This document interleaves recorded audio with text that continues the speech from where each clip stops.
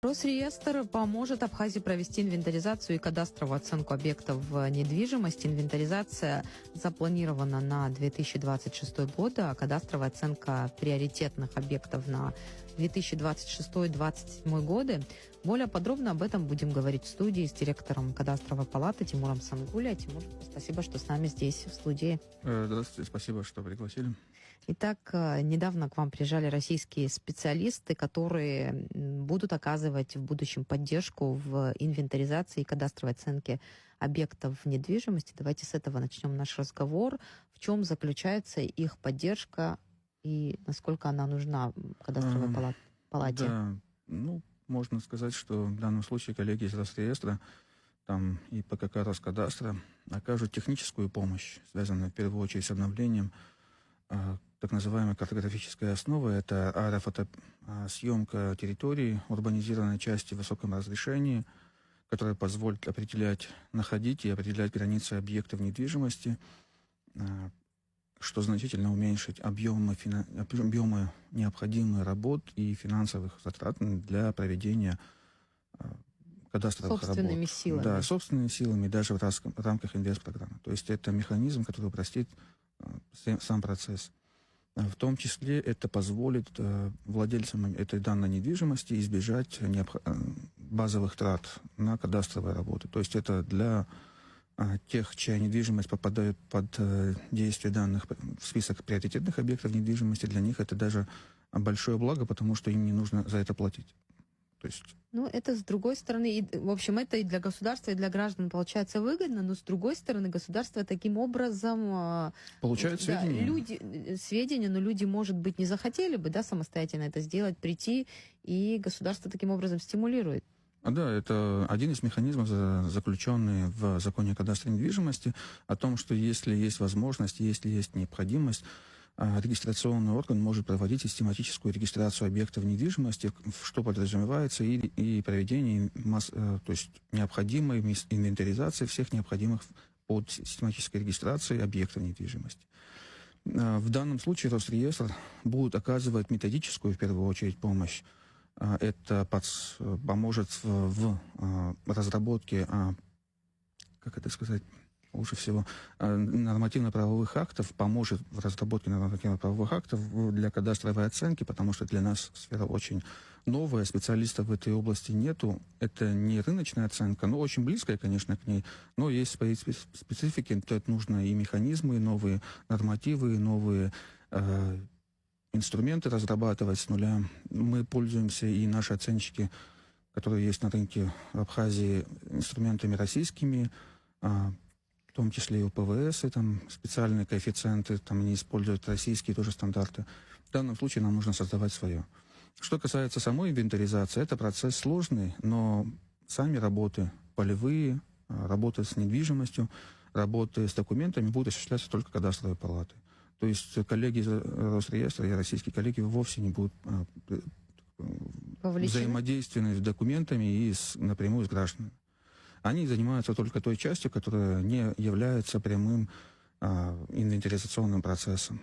Их задача провести аэрофотосъемку, определить, то есть обработать эти материалы, помочь нам с массовой обработкой объектов недвижимости через аэрофотоснимки. Это с помощью искусственного интеллекта проводится. Можно определить границы объектов недвижимости с большой долей вероятности, то есть максимально достоверно, то до 80% объектов недвижимости можно будет найти и определить. Далее эта обработка будет происходить дальше вручную.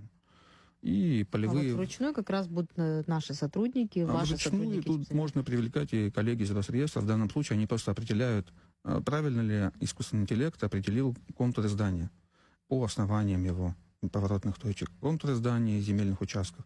Но тут в большей степени будут, конечно, наши сотрудники работать, потому как это и обучение работе на новых инструментах, новым методам. И коллеги максимум будут подсказывать в большей степени, как с ними работать, с этими новыми инструментами. Ну, и специалистов нужно подучить. При необходимости мы можем привлекать существующих специалистов из Абхазии для того, чтобы они участвовали в первую очередь в этом процессе, а коллеги максимум являлись просто подсказчиками в данном случае. Ну, по срокам, да, И договорились. еще в рамках этой работы подразумевается проведение большой работы по обучению, переподготовке, подготовке и повышению квалификации сотрудников кадастровой палаты и всех участников этого процесса. Это очень большой объем работ, он растянется на весь 26-й год. В течение всего года будут проводиться специальные курсы. На базе... Здесь? Нет, на базе университета ПКК Роскадастра и МИГАИКа. То есть мы получим еще таких специалистов готовых, которые будут обладать опытом, потому что опыта работы у нас же нет, это же с нуля состоится. Именно такого опыта работы нет. Есть смежные, есть схожие процессы, но вот конкретно такого массового, сложного и от начала до конца связанного именно с кадастровыми работами пока еще никого не было. В прошлый раз, когда мы с вами общались, говорили о работе кадастровой палаты, вы говорили, что остро стоит кадровая проблема, что вам нужны сотрудники. Да. Сейчас вопрос решен или до сих пор? Вопрос, он, как и во всей стране, в некоторых аспектах очень тяжело решается. Это IT-специалисты, их очень тяжело найти. Мы, скорее всего, будем обращаться в университет за молодежью, предлагать им варианты работы и постепенно повышать их квалификацию, переподготовку. В рамках даже 26-го года тоже начнем этот процесс и воспользуемся по максимуму ивент-программой в данном случае и помощью российских коллег. И далее будем учить, повышать их возможности, обучать и сделать условия, чтобы они оставались у нас какое-то длительное время. И что происходило, если желание уйти от нас, то это было не резкое и неожиданностью для нас, а такое смена поколений. Что касается кадрового вопроса, у нас еще один острый вопрос стоит, все еще это госрегистраторы. У нас уже начался набор, мы уже готовы принимать заявки на должность госрегистратора, но это должны быть юристы со стажем работ от 2-3 лет, либо сотрудники регистрирующего на сегодняшний день органа со стажем работы от 2, либо от 3 лет, в зависимости от того, являются они юристами или нет. И далее пройдет конкурс, он будет проходить на базе специального подзаконного акта, но перед этим мы будем проводить специальную подготовку, курсы обучения специалистов. Мы для этих целей проводим переговоры с университетом, чтобы на их учебном центре, на базе учебного центра это организовать. Ну, серьезные требования, поэтому, видимо, и сложно пока решить эту проблему. Специалистов у нас хватает в стране, просто не все хотят брать на себя такую ответственность, и многие уже имеют трудоустроено, так сказать, и не хотят менять свою профессию, свою работу. Но мы предлагаем вариант, который может быть очень интересен кому-то. Может прийти, принять участие, выиграть, пройти конкурс, и потом, если будет слишком большое количество, так сказать, претендентов на одно место, будем проводить собеседование и выбирать наиболее подготовленному к этому сложному процессу. То есть дополнительный этап конкурса может быть? Да, это уже из числа тех, кто пройдут экзамен. Ну, пользуясь случаем, опять слушателям нашим напоминаем, что есть такая возможность трудоустроиться, но возвращаясь к работе вашей, инвентаризация запланирована на 26-й год, а кадастровая оценка на 26-27 год. Успеваете по срокам, учитывая, что вообще работа над кадастром уже много лет идет, и вот такие сроки сжатые, получается, год-два? Знаете как, здесь не инвентаризация всех объектов недвижимости, идет инвентаризация только приоритетных. Что является приоритетным, в первую очередь будет определяться абхазской стороной в данном вопросе, и в рамках подготовки и концепции, и технического задания. Но в первую очередь мы видим это объекты государственного имущества. Мы уже прорабатываем этот вопрос с госского имущества, в том числе очень плотно и тесно. Дальше земельные участки, выделяемые под коммерческую деятельность. Мы видим, что самое интересное для экономики страны — это, конечно же, коммерческие объекты недвижимости, но нужно четко сформулировать критерии, которые какие объекты попадут под понятие приоритетные объекты недвижимости. И таких объектов в отношении всего фонда имущественного, конечно, намного меньше. Раз в 10, может быть, даже больше, чем в 10 раз.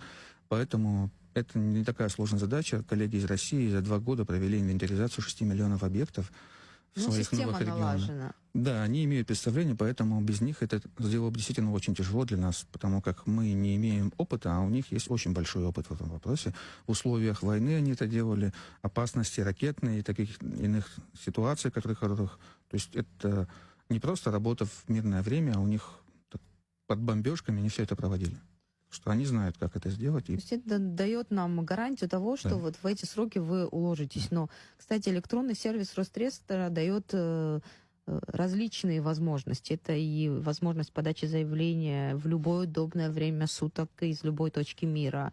Меньший размер госпошлины. Это и сроки регистрации сокращаются. Вот к этому мы как быстро можем Мы пытаемся приблизиться? сейчас именно к этому уровню подойти максимально близко.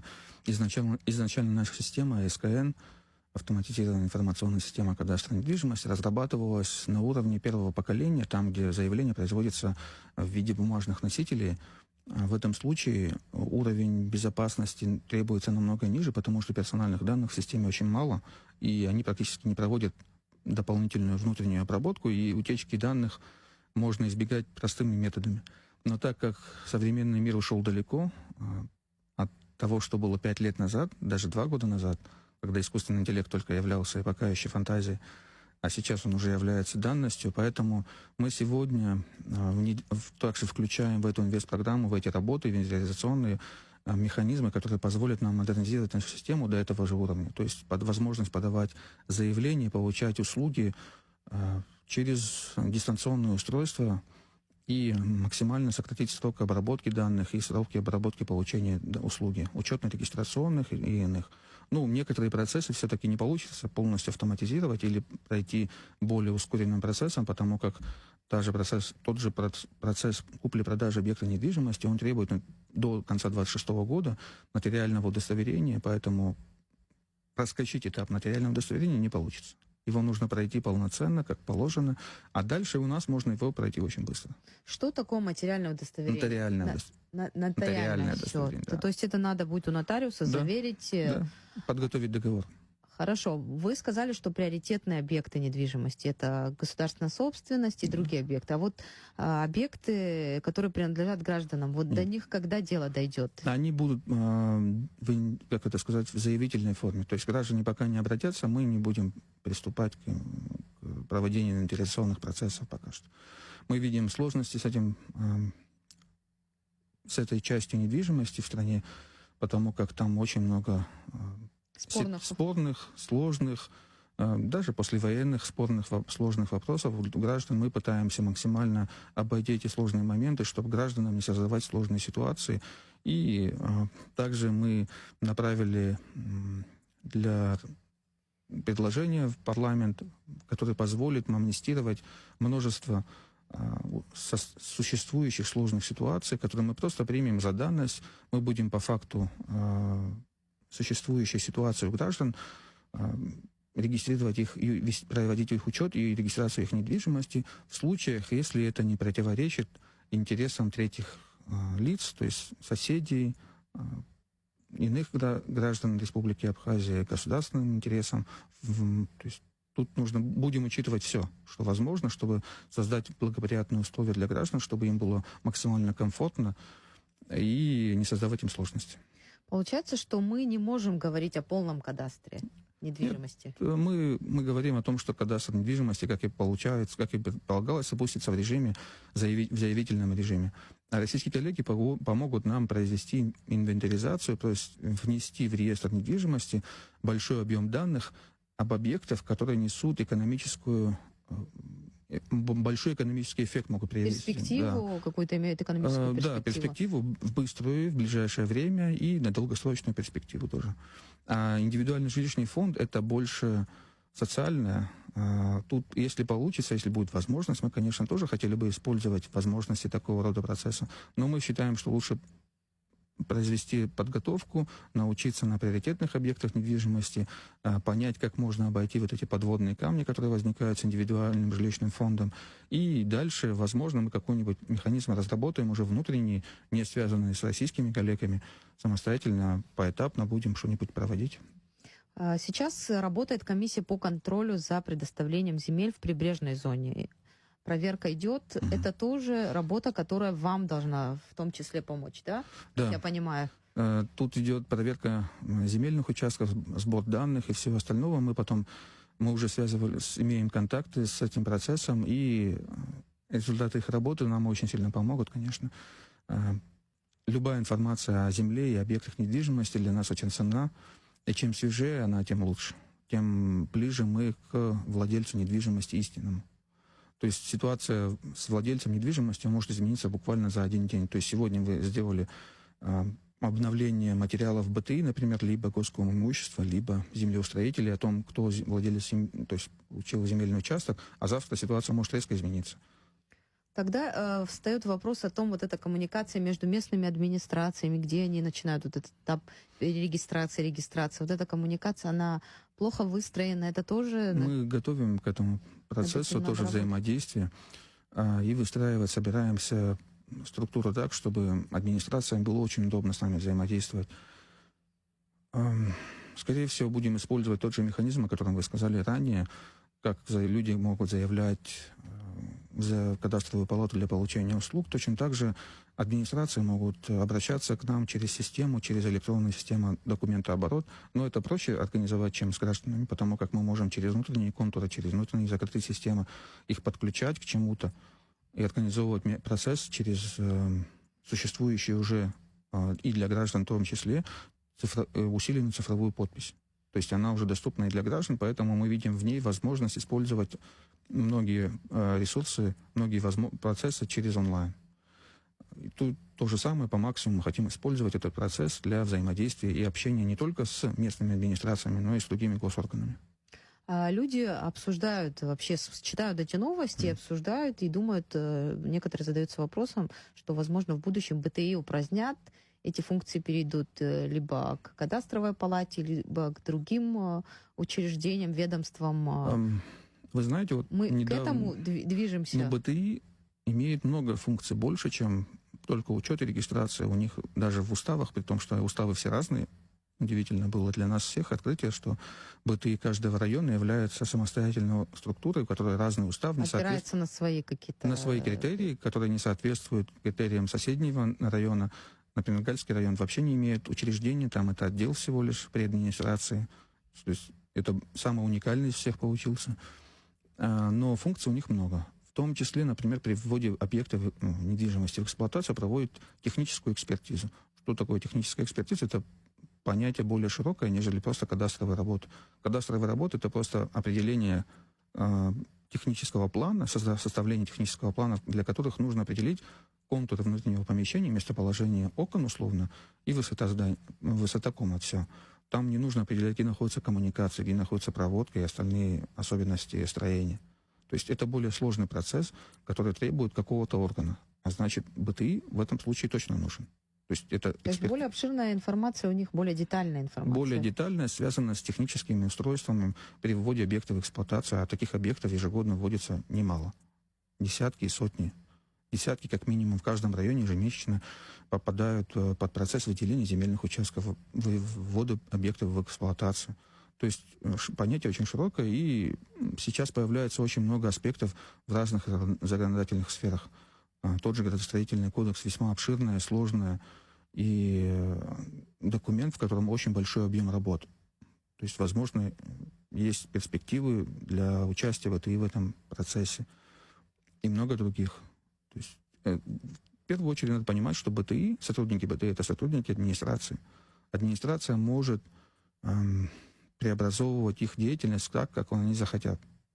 То есть это люди, администрация, они должны в первую очередь относиться к администрации как к своему работодателю, который может определить им возможность, более широкий круг работ. Мы постараемся по максимуму им помочь в том, в чем сможем, и там, где мы сможем только. То есть вещи, которые можете сделать только вы, информация, которой вы обладаете, есть информация, которую вы от них только можете получить, Да. более детальную, Мы например. не вмешиваемся в то, что не связано с учетно-регистрационными действиями с объектами недвижимости. Для учета и регистрации, для учета, например, необходимы только такие критерии, в первую очередь, при кадастровых работах: определение точных координат поворотных точек земельного участка, если он имеется, объекта недвижимости, то есть это здание, контуры здания. Далее внутреннее строение этого здания, поэтажный план, либо план помещения, либо квартиры. На этом заканчивается кадастровая работа. Условно имеется в виду технически в плане карт, схемы, чертежей. И там же и определяется собственник, характеристики, базовые местоположения объекта недвижимости, владельца недвижимости, при каких условиях появилось право собственности и остальные аспекты, но это уже другая часть. То есть для каких-то документов, для каких-то процессов может понадобиться намного более широкий круг сведений об объекте. Вы уже успели много информации обработать, много объектов изучить. Вот какие-то данные, которые сейчас предварительные у вас есть, можно озвучить? Как анализ, что показывает, какие тенденции вы замечаете, вот из того, что вам уже удалось обработать? Едва ли мы можем говорить о каких-то тенденциях. У нас есть только слепок, условно, на 22 год. Слепок состояния материалов БТИ на тот момент. Не все объекты получилось идентифицировать, так как адресная структура довольно-таки сложная. В Абхазии она многослойная получилась. Из-за этого многие объекты оказались не найдены, не идентифицированы. Возможно, скорее всего, невозможно, даже точно в процессе учетно-регистрационных процессов мы определим местоположение данного объекта, поставим его учет и проведем его анализ. Но сейчас можно сказать, что общее количество объектов превышает именно зданий, сооружений, которые являются самостоятельными объектами недвижимости, у которых есть собственник, более 60 тысяч адресных объектов. Объектов недвижимости как таковых, это и квартиры, и помещения, их более 120-150 тысяч в этом диапазоне. Может быть, их чуть больше, чуть меньше. Тут чуть больше. Меньше точно нет 120 тысяч. Сложно сказать точно, потому как не получилось на 100% все сведения аккумулировать. То есть места, где граждане не заявлялись, не имеют документов на собственность. Многие объекты, такие, как мы знаем, помним из своего жизненного опыта и детства, трофейные, они так и остались трофейными и до сих пор не имеют документов граждане на эти собственности. Мы призываем их начать процесс регистрации своих прав сейчас, не дожидаясь ни кадастрового аппарата, ничего, а сейчас, чтобы вы имели максимальную возможность защитить свои права, свои интересы. А вот приоритетные объекты, их количество каково? Предположительно, где-то около 20 тысяч, не больше 20. Мы не видим, чтобы их было больше. То есть, если объектов 60 тысяч, не может быть так, чтобы каждый второй объект недвижимости был коммерческим. Иначе бы мы жили в магазинах, а не домах. Но сейчас у слушателей может возникнуть вопрос для государства, в чем выгода, есть ли она уже сейчас, хотя вот полностью работы не завершены, но тем не менее, может быть, уже есть какой-то ощутимый эффект для государства от того, что вот это систематизируется, собирается информация вот в таком виде. Так, мы, во-первых, узнаем об объектах недвижимости, о владельцах объектов недвижимости, сколько их у нас, кто является владельцем, стоимость недвижимости мы определим через кадастровую оценку. Это особенно приоритетных объектов, это то, чем государство обладает. То, чем само владеет, и то, что приносит доход, приносящий доход деятельность, очень важный аспект экономики. И если ты не знаешь, сколько стоит объект недвижимости, который вовлечен в экономику, в оборот недвижимости, то очень тяжело оценить потенциал твоей экономики. И в данном случае это очень важный аспект для планирования будущего страны, понимания того, как устроена наша с вами экономика и как ее куда можно ее развивать. Ну и какие-то стратегии создавать. Не зная о том, что у тебя есть, нельзя придумать, как это использовать и как этим воспользоваться, чтобы условия своей жизни улучшить. А инвестиционная привлекательность как повысится благодаря кадастру, если коротко? Если коротко, то понимание стоимости объекта недвижимости позволит определить инвестора, которому этому по карману. То есть куда он может вложиться, во что он может вложиться. Если покупка недвижимости, в данном случае объекта имущественного, это квартиры, дома или какого-нибудь строения или помещения, то инвестор будет знать, сколько ему нужно финансов, чтобы вложиться в этот объект, и на что он может рассчитывать. Ведь кадастровая оценка не только стоимость недвижимости по факту строительства, но это же и оценка стоимости на основе рыночного привлекательности объекта с точки зрения местоположения его, особенности места использования, то есть объект Какой-то недвижимости, да. инфраструктуры, которая Если вокруг он существует. находится близко от моря и близко от всех транспортных путей и увеселительных объектов и многих прочих аспектов, которые положительно могут влиять на туристическую привлекательность, стоимость этой недвижимости, несомненно, будет больше, чем объект, который находится в горах, труднодоступен и Бездорожье, где... никому не интересен с точки зрения экономики. То есть это тоже определенные гарантии для инвесторов в том числе. Понимание того, во что ты вкладываешься, это всегда возможность просчитать риски. Это очень большое. Сейчас главная задача, если завершить вот на этом наш разговор, успеть провести вот инвентаризацию приоритетных объектов. Да. Потом... Для цели оценки. Без инвентаризации провести конкретную, точную и качественную оценку невозможно. Потому как на сегодняшний день для оценки мы можем использовать только ранее учтенную информацию. Тимур, большое спасибо, что были с нами в студии, Пожалуйста. Рассказали. Будем следить за развитием событий. Спасибо. А нашим слушателям напомню, на студии был директор кадастровой палаты Тимур Сангулия. Мы говорили об инвентаризации и кадастровой оценке объектов недвижимости в Абхазии.